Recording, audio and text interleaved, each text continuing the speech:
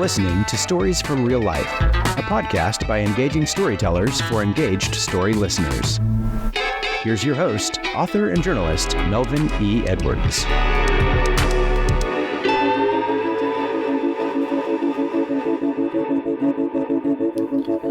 Hello, and welcome to this June 18th edition of Stories from Real Life. I'm your host, Melvin E. Edwards. John Williams will tell us more about today's guest, Joel Schwartzberg.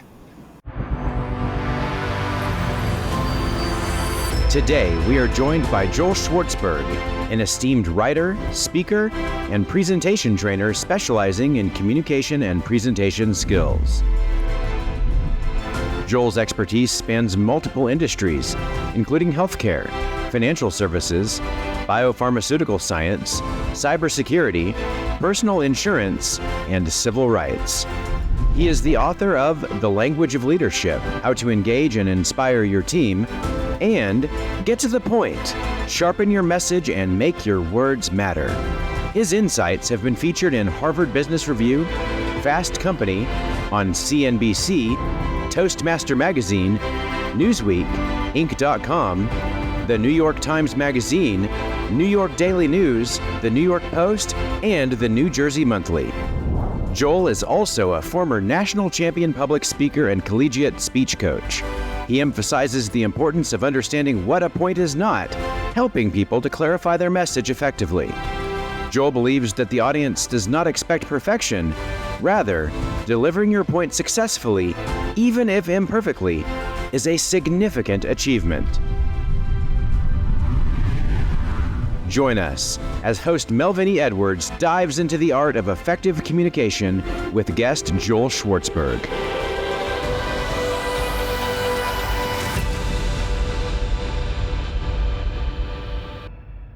Thank you, John, for that awesome introduction. Joel Schwartzberg, welcome to the show. Thank you so much, Mel. It's a pleasure to be here. I'm glad to have you here to talk about this issue. So, since one of your books is called Get to the Point, let's start by doing just that. Good. So, what's your favorite advice to get people to say what they mean and mean what they say? You know, when I say get to the point, it's not an unfamiliar term.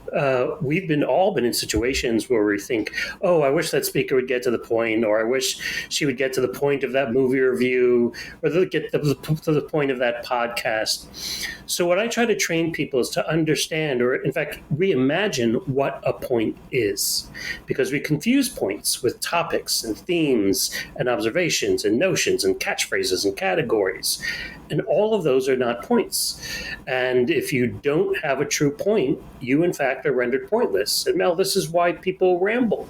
Not because they're born terrible public speakers or storytellers, but because they don't know the point they're trying to make. And at its base, a point is a proposal. It's a suggestion or a recommendation you're making. You're saying, if you do X, Y will result, and you need both of those pieces. And if you are making a proposal, then you're making a point. But if you're just throwing out there a topic, whether it's podcasting or storytelling or weddings, what's the value of a wedding? What are you saying about podcasting? What's a good way to tell a story or a bad way? You're not really saying anything of value. So a point forces you to propose something of value. And that's what I mean when I say point and get to the point. Okay. So can you explain to me what strategic storytelling is? Sure. So we all know storytelling from being bombarded with stories our whole lives. We went to the movies, we see them on television, we read them in books. So we know intrinsically the value of a story and the attraction of a story. I could explain something to you with adjectives and big words, but if I tell you a story that illustrates my point, because we're so connected to and attracted to stories, it makes a bigger impact. So this is why when you go to public speaking conferences or read books on public speaking, there's a heavy emphasis, more than ever, on using narratives and stories, examples, case studies, to make your point. Now, when I say strategic storytelling, this is what I'm sort of talking about. You're not telling a story to entertain, to intrigue, and hopefully not even to introduce. You're telling a story to illustrate. I'm trying to make a point to you, and the story is a vehicle through which that point travels. And if there's no other advice you're going to take from this podcast today. It's this one basic concept. I see people telling stories as part of presentations, but they don't say these crucial words.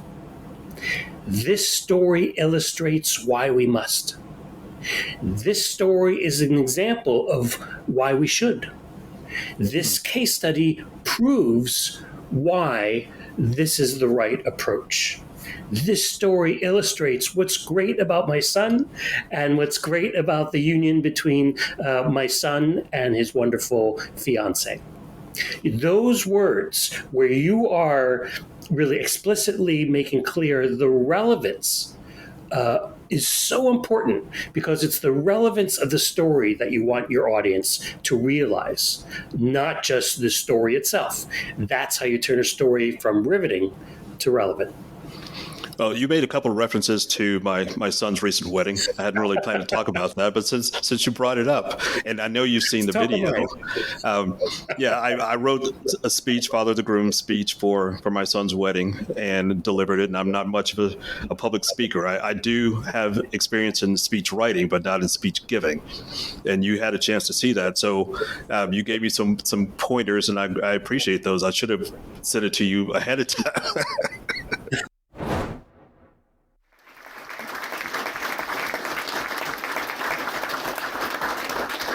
Finally, let everyone know that on this date, May 19, 2024, I ask God to give his overflowing blessings to the next Edwards generation as they begin this journey together. Congratulations to Daniel and Madison Edwards.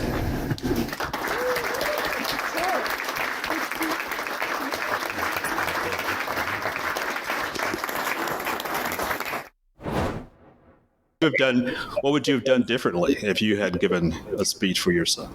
Not much. I believe I gave 12 shining moments from your speech, Mel. And that could be a toast training video, because among other things, you didn't rely on adjectives. Oh, my son is this, that, and the other. And his fiance, or his wife now, is this, that, and the other. And you relied on stories. Some people say, all right, well, my son was born on a beautiful morning, blah, blah, blah. He went here to high school. He went here to middle school. Then he got this degree and reached this much. And that's a Wikipedia piece about your son, but it's not what you're there for, which is A, to talk about your experience, which you did, and B, talk about why you're proud, why you're joyful, why you're optimistic about this union. But you did that magnificently. You used storytelling, you didn't rely on adjectives, and every time you were telling me a piece of information, you would tell me your feelings about it. How it felt to witness that, how it felt to be part of that when your son was growing up, and what it means for this moment. So it was always relevant. And as a result, it was very compelling and riveting. Good. Maybe I'll get paid to do speeches now, but I wouldn't accept the assignment because I don't like talking in front of people, other than in front of a microphone, in front of on a podcast. Yeah, well, I'm not exaggerating. If someone were giving a toast at a wedding or an event, I would share with them that video and I would say this: don't just think about why Mel was great, because I'm sure people came up to you and go, Mel, that was great, that was terrific, we loved it. But if you want to learn from it, why was it great? And the big question is, what decisions did you make as you wrote that speech, as you prepared for it, and in fact, as you practiced it, that helped make it such a successful moment? And that's the $25,000 question. What decisions you made that effected such a compelling and memorable toast? It was kind of funny because I was committed to practicing that speech at least once a day for 21 straight days.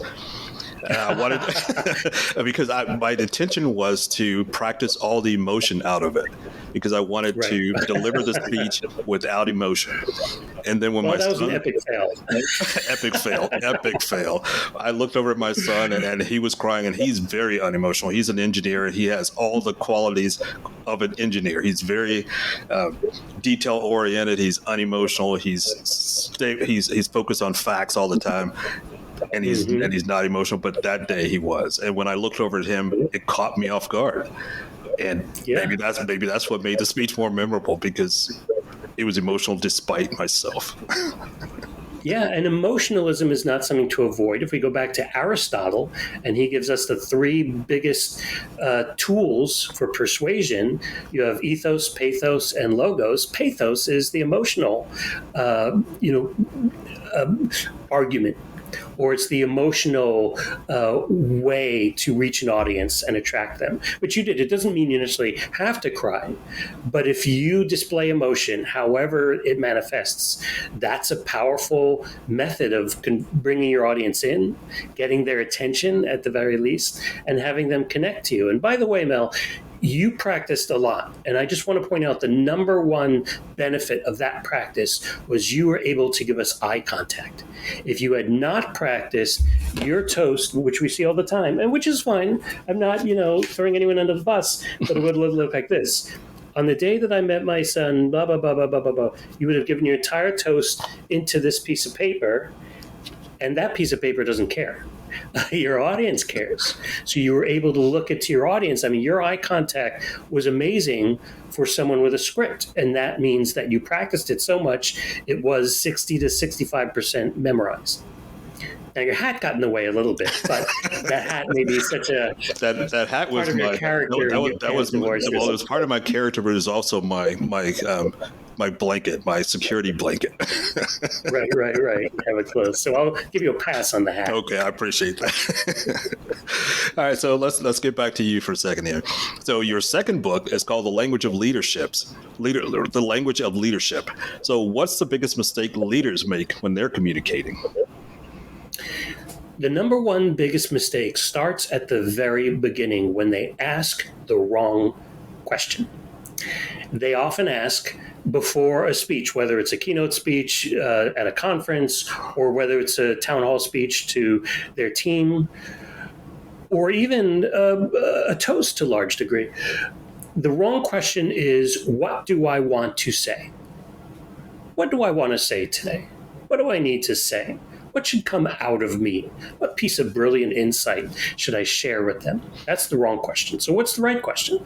The right question is, what does my audience want and need to know?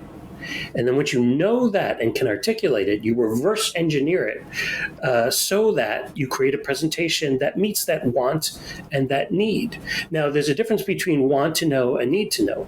Want to know is something your audience is already aware of, but they're interested. They want to know more. Please elaborate. Need to know is something they're not aware of that you need to educate or enlighten them about. But once you have that, you know you will connect with them because you've identified the things they want and need to know. And of course, you bring your own insight, you bring your own experience, but you point it in a direction of something they are interested in. Okay. So in your opinion, is everybody capable of becoming an effective communicator? Absolutely. A public speaking skill is a skill and not a talent. Nobody is born with that talent.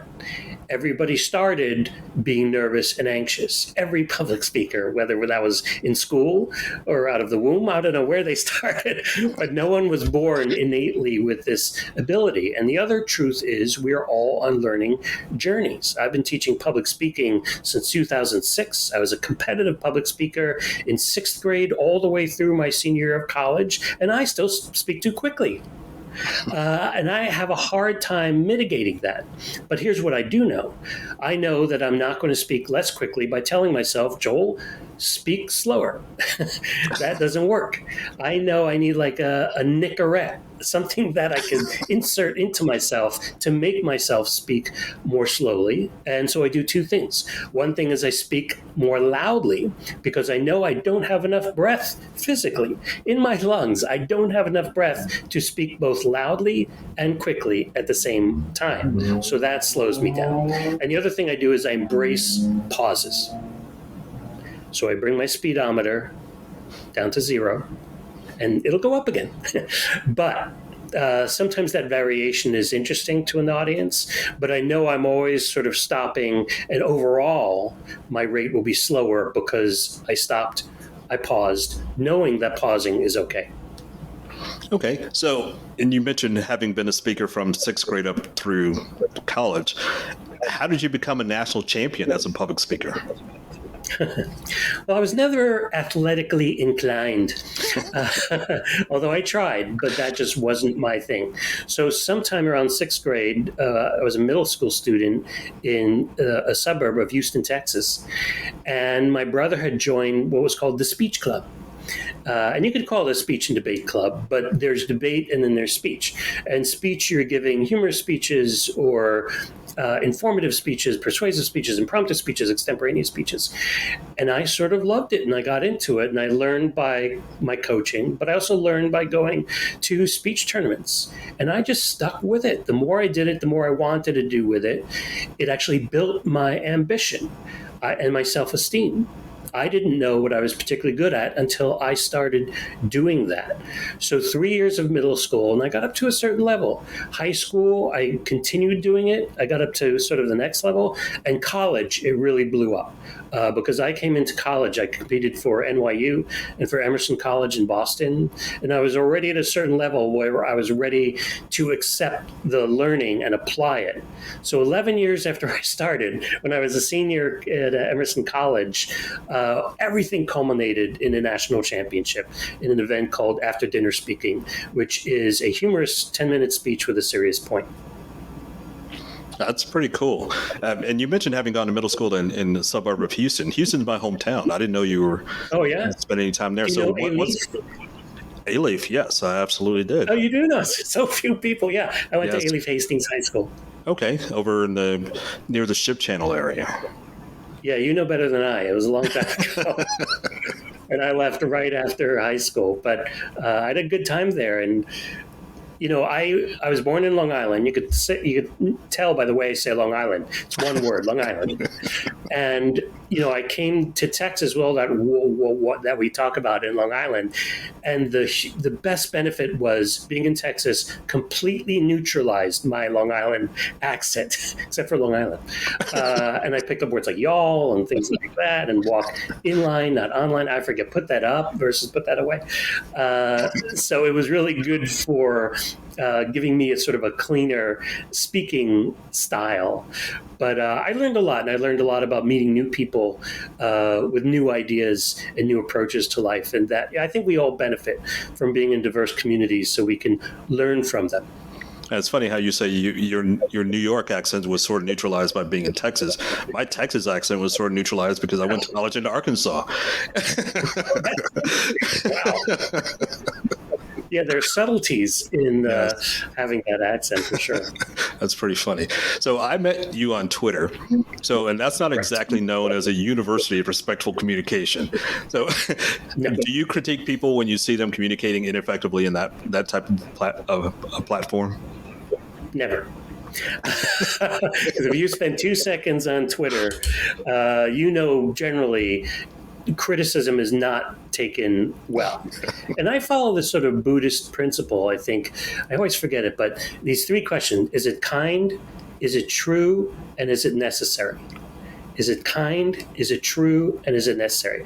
And if something I'm saying or replying, because we all want to be like, where is that dislike button? I'm going to, but then I ask myself, is what I'm about to say kind, true, and necessary? And if it falls out of that spectrum, I really think twice about it. I write a lot of tweets that I never hit send on, and I just sort of delete because it brings myself a whole lot of trouble. In fact, I recently tweeted that the trolls, whoever you consider a troll on Twitter, they want to continue a discussion with you. They like nothing more than for you to reply in kind, in a mean, malicious way, so they could get into it. So the worst thing you could do to those people, I think, is to just block them. Or if you want to be sort of mean, you could reply, then block them, because I think that reply stays. But it's like how you treat bullies when you're in school. I once saw in the dentist's office the sign that said, "Your teeth are like bullies. Ignore them and they'll go away." That's funny. That was about dentistry, but you could take the same thing about bullies too. About Twitter trolls. Yeah, the Twitter trolls. So I'm very careful on Twitter, and I consider what I talk about, my public speaking experience, open code. I just like to share. No speaker is in competition with another speaker. I left competition long ago. So we can all be better versions of ourselves when we communicate and when we tell stories. There are ways to tell stories that are effective, and then there are ways to get lost in your own stories that are ineffective. And interestingly, I see often on Twitter, I have a lot of friends who are authors, people who wrote entire novels, but when you ask them what their book is about, they're flustered and they ruin it. Too many details, the background, they start from the first page to the last page. So I do a lot of thinking and teaching and writing around how authors answer the question, what is your book about? Wow. We'll have to continue that conversation offline. And I could share with you a link to some things if you want to share them on Twitter that coach authors to make it easy on themselves. Okay, that sounds interesting and fascinating. All right, so what is the World Conference of the Professional Speechwriters Association, and how did you become a member? And did you need 3 endorsements from world leaders to get into that organization? The World Conference. I think that's a conference. So I think, the public speaking community is in sort of phases. There's a national public speaking organization that I'm frankly not part of, where people who do public speaking for a living on their own sort of congregate, learn from each other. I think that's called the NSA. There's Toastmasters, which a lot of people are involved with all around the country, which helps people in particular who are afraid of public speaking. It gets you up there and speaking so you're more comfortable doing it. Then there are people like I am now with a public speaking organization who are hired to come and teach presentation training or media training or general communication training. Like I teach also email training, I teach job interview training. So anything in the realm of communications. I do it because I have this experience, but actually, more truthfully, I love it. I love sharing what I learned. I'm a total nerd about public speaking, and that sounds weird. I understand. But we all nerd out on something, and for some reason, maybe because of the competition I did all through middle school and high school and college, I just nerd out on that stuff. I guess if you're competitive, you can be competitive about just about anything. Well, that's true. We've seen those people.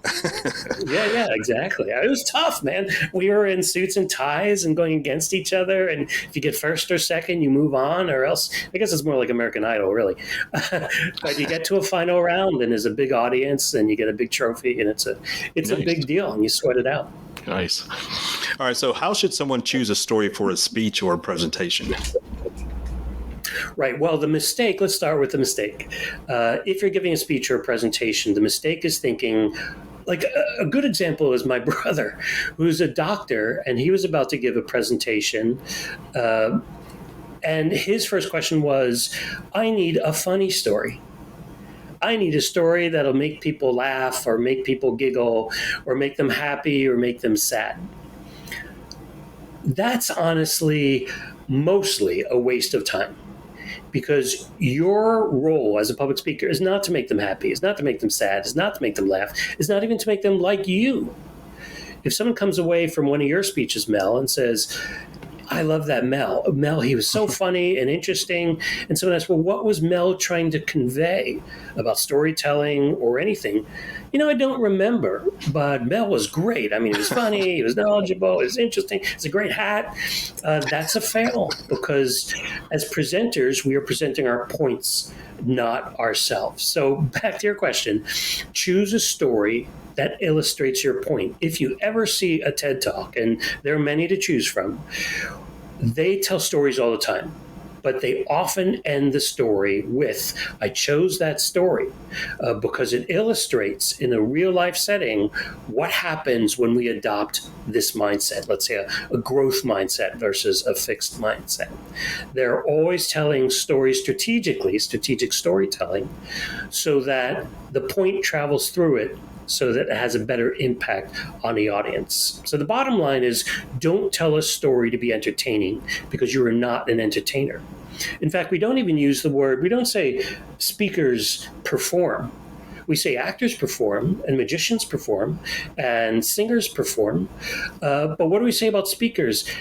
they deliver a speech. They don't perform a speech. And in that difference, deliver versus perform, your role is to deliver a point, is to use storytelling, to use authority, to use data, to use reasonability, to use all that Aristotle thing, ethos, logos, and pathos, all the tricks that you have. And I call them tricks not in a bad way, but in a useful way, not in a pejorative way, to make sure one thing happens. Your audience receives that point. And since we know stories are very compelling to an audience and resonant, we can use stories, but stories to make a point, not just to entertain. Okay. Excuse me. So what mistakes do people make when telling stories in presentations? Usually they get lost in the details and they tell it chronologically, and that's the longest way to tell a story. Oh, it started on this day, and then this happened, and then this happened, and this happened. And let's talk about the cure for that. They do that because they don't know the driving point of their story. And to find the driving point, you ask yourself, well, what do I want the other person to get out of the story? And it's usually just one idea. Do I want them to get out that these two people, that's a match made in heaven? Do I want them to get out that this invention is going to be revolutionary in changing the world? Or taking on this approach will be more effective? If you start by thinking to yourself, what do I want people to take away? Then that will drive your telling of the story because you're getting to that point. And everything you mentioned about the story should be supporting that point. And anything else sort of subtracts from that point. And sometimes, Mel, I say there's a big difference between need to know and neat to know. You want to stick with the need to know from the story because you're telling that story for a reason. And all the stuff that's neat to know, deprioritize it or don't tell it at all because we want to be concise. Less is more, but also more is less. The more we say, the more convoluted that story is going to be. Okay. So how should a speaker frame a story? I think the framing should be not unlike a speech. Like, how do I set up this story, provide the right context so that someone understands the time and the place? Oh, last Friday, I was in the cafeteria when? And then like a classic sort of screenplay, you have what they call an inciting incident. What happened? Oh, this thing happened. In that cafeteria, someone made a fuss because they found something, we won't get into detail, on their tray or in their lasagna. And then you want to understand the point you want to make. I was shocked by that, and they changed their policy. Or she decided never to have lasagna again. Or we stopped going to the cafeteria as a result. So you set up the story so we know the time and place.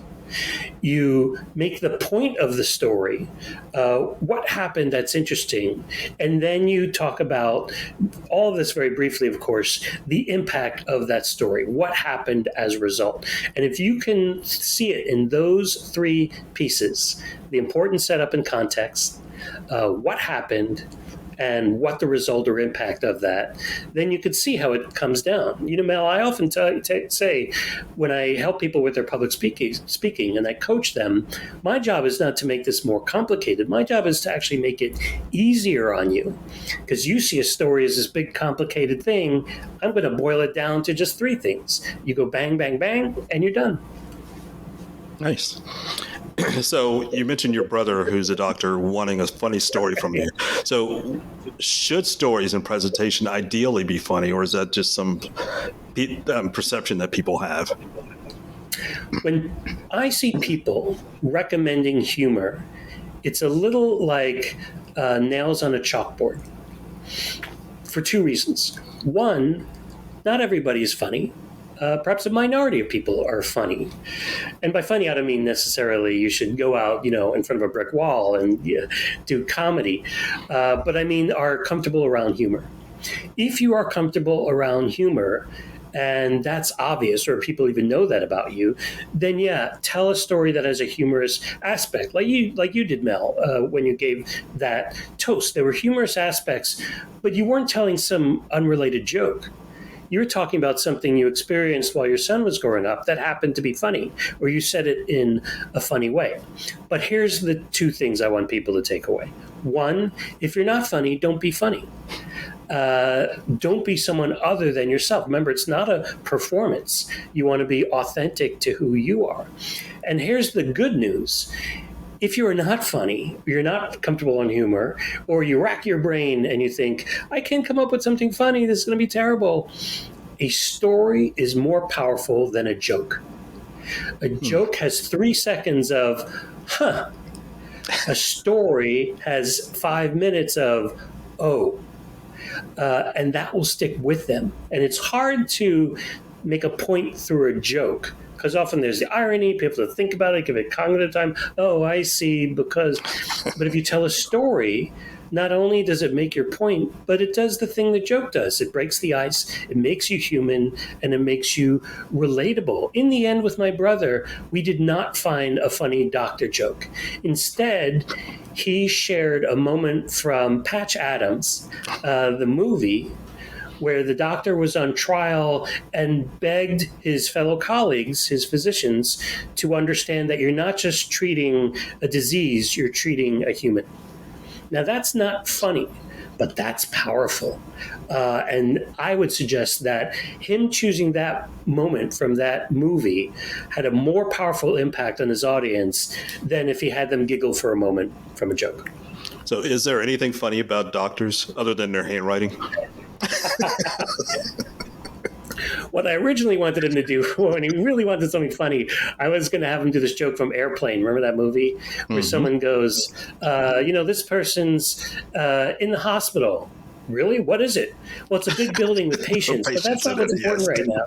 So you can find humor in almost anything, even doctoring. I mean, in all the jobs we've had, there have been moments of humor. So you can, but again, don't do it unless you're comfortable around humor, and consider that a story may be more powerful. Okay. So how should you go about picking a story? Somebody who's got to give a toast for their son or daughter's wedding, how should they go about picking a story for that occasion? Right. Sometimes when I encourage people to use stories, they think movies. Oh, it's got to be cinematic. Or you see these weird things online where you're like, good storytelling. All right, well, you have to have a protagonist, and the protagonist has to have a challenge, and the challenge has to get to this level, and then you throw rocks at them in the tree, and wow, that is some real hard thinking about the story, the 1.5 minute story in your presentation. I would say first, don't think of it in a cinematic way. Think of it in a very small way, as almost an example. An example is a story. A case study is a story. Data scientists would even argue that data tells a story. And we often talk about data visualization. That's the process of telling a story through data. So think of it in a small way. And, when I want to encourage people to think of stories, I give examples like something you heard on NPR last week, something your 6-year-old said to you while you were in the car, something you observed a neighbor doing that reminded you of today's point. So think of it that way.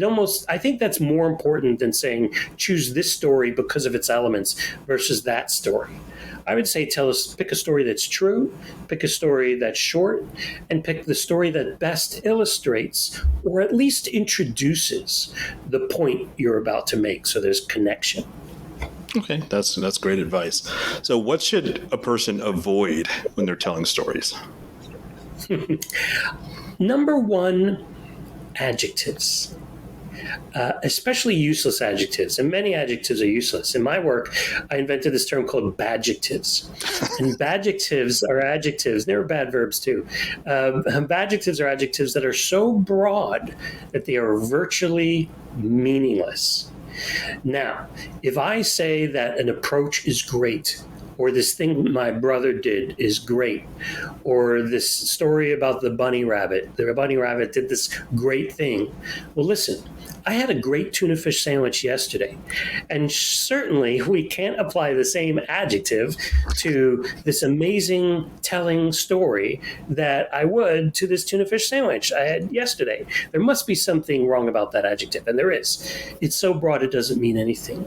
And they say this in advertising all the time, and I've even seen it in movies, where an editor cuts out all the adjectives. And that's not just to cut out adjectives, but it's to force you to say something more specific. So if I say this approach will make us more efficient, and that's not a bad adjective, that's pretty clear. But what would be better if I say this approach will allow us to save money, which we can put into research and development so we can guarantee our financial future. Now notice there were no adjectives in the second version. If you want to get rid of adjectives and badjectives because they're so broad and they say so little, the trick to it, again, is not just saying don't do it. That rarely works. But saying to yourself, ask why. So this adventure was great. Why? Oh, this adventure was great because it really illustrated the drive of this protagonist. Aha. So then you say, well, this story was great because it illustrated the drive of the protagonist. Now you don't even need great anymore. Let's get rid of that adjective. This story illustrated the amazing drive of that protagonist. Now I used amazing there, and that's a adjective also. So the idea is to reduce, don't necessarily get rid of all of them. I'm not totally anti-adjective, but look for them and say to yourself, if I replace this adjective with why, I'm going to say something more specific and thus more powerful. And one other trick, Mel, that I find really useful that I don't see as much. I encourage speakers and writers and storytellers to do what's called an and audit. And that means literally in your writing to look for the word and. And often you'll find an and connecting two synonyms when one will have done. Two concepts when one will have done. We're just so used to saying, oh, that was so amazing and thrilling. Do you really need both? And let's say you have two and one's more important than the other. Will your readers pick the wrong one? You know, what I like to say in public speaking training is you say a lot of things, they'll remember nothing. You say a few things, they'll remember a few things. You say one thing, and they will remember everything. So stick to one idea, one adjective, one description, or one at a time. And that's the best way to make sure you're not giving your audience too much or a useless comparison between two words when one will have done just the same. Okay, what about in the wedding reception type of setting? Somebody who's not a professional speaker, speaks once occasionally. What type of adjectives do you hear, and what can replace those that can make the occasion more enjoyable for everybody participating? Right. Know if you say these two are a perfect match, that's something that is so, I don't want to say trite, let's say used, that it won't be memorable. And obviously they're a good match. It's almost a truism. So think about what makes them a good match. Oh, this person has this quality of this, and I know this person has this quality of that. So let's imagine together, when you bring together those wonderful qualities, the kind of pairing that'll make, and for the parents in the room, the kind of children that might make, and grandchildren someday. So see how I took something that's very common, but I made it more specific to that moment. So I'm not saying don't use adjectives, but try to avoid these adjectives. Great, very good, awesome, perfect, meaningful, interesting. And as you look through your speech, if you do write it out, just audit it for those adjectives and for those ands. Now, the general advice with a toast is to give one telling story. Again, not a story necessarily to entertain, but a story that's very telling about your child. And maybe you do know stories about your child's partner, but their parents are probably going to tell that story. So think of it in terms of your experience with that child. Tell a story about that child that really conveys what's interesting and unique about that child, and then speak to your perspective on the combination of qualities and approaches and mindsets and abilities that this union creates. So see, it's again, 1, 2, 3. Don't see it as 800 words. How do I start? See it as I'm going to accomplish these 2 things. My experience, the setup, what makes them complementary, and the story. And again, make sure that story illustrates what you're talking about. Okay, that's, again, great advice. So I've only got a couple more questions here to wind it up, and I want to make them specific and personal to you. So let's get a little closer to home for you. So I saw in your bio that you live in New Jersey. Do you know Bruce Springsteen and John Bon Jovi? As you know, I grew up in Texas, and then I went to NYU. And in my freshman sophomore year at NYU, when I told people from Texas, they would go, "Oh, do you know Bubba?" And Bubba was like in Dallas or El Paso or in the Panhandle, as far away from me as Pennsylvania is from DC or whatever it is. So no, I don't know any of them personally. I'm lucky if I know my neighbors. I am proud, though, of both being in the home place of the boss and John Bon Jovi. Are you fans of the 2 of them? Sure. Yeah, absolutely. Well, maybe they'll be listening to this podcast and they'll say, "Oh, I know Joel," or "I don't know Joel yet, but I need to know him." They'll come and introduce themselves and give you some concert tickets. Yeah, or maybe they'll be like, "Wait a minute, that book and that guy, or that's that guy." Yeah, he's our neighbor. Yeah, and if you get an extra ticket, let me know, because I'd love to go to that show. Either one of them. I will. All right, so let's wind it down with this last question here. What's the best day you've ever had at work? You seem to be doing something that you're passionate about, but what's the best day you've ever had in your job? I would say the best day I've ever had at work. Now I'm going to go to a previous job because we're talking about fulfillment here. There's a magazine called Time for Kids magazine. Many kids got it in school. They got Scholastic or they got Time for Kids. Time for Kids magazine is Time magazine, but for kids. And in 2000, I was hired to be the executive producer of the Time for Kids website. And that was a very fulfilling job because not only I worked at Nickelodeon for 2 years online, and working for Time for Kids seemed so much more relevant because it was about the real world, not the world of SpongeBob. But I got to be alongside what we called our kid reporter, our Time for Kids kid reporter, as they went to the Democratic National Convention of 2000. And it was tremendously fulfilling in the moments where people started to treat her. She was 12 years old. She's now an avant-garde artist, by the way. Started by treating her as a kid. Oh, do I need to describe to you what a Democratic party is and our system? And she knew about delegates and all that. And she knew it backwards and forwards. And she asked tough questions, knowledgeable questions, but also questions that related, because she was an ambassador for children, so that related to her world and her future. And she blew them away. And I think these people second guessed their assumptions about kids. And I think that idea that you have a preconceived notion about someone, whether because they're young or they're old or they have a disability or they're this color or they're that color, we need to do everything we can to explode those preconceived notions and, frankly, prejudices so that we can benefit from each other. So in answer to your question, that was fulfilling because I got to see with my own eyes and witness the elevation of people's understands of what kids can think, understand, and do. It doesn't mean they should be able to vote at 12, but they can play a role and have an informed opinion about the political process. That's awesome. That is a really uplifting way of concluding this episode. So my guest this week has been presenter, communications trainer, and writer, Joel Schwartzberg. Joel, thank you for being here and sharing your stories. It's been a pleasure to have you here. It's been a pleasure here too, Mel. Thank you so much. Thank you. So that's it for this week's episode of Stories from Real Life. Join us again next time for another great storytelling journey. Until then, don't forget to shine your light wherever you go. That was Stories from Real Life. Join us again next week for another great storytelling journey. See you next time.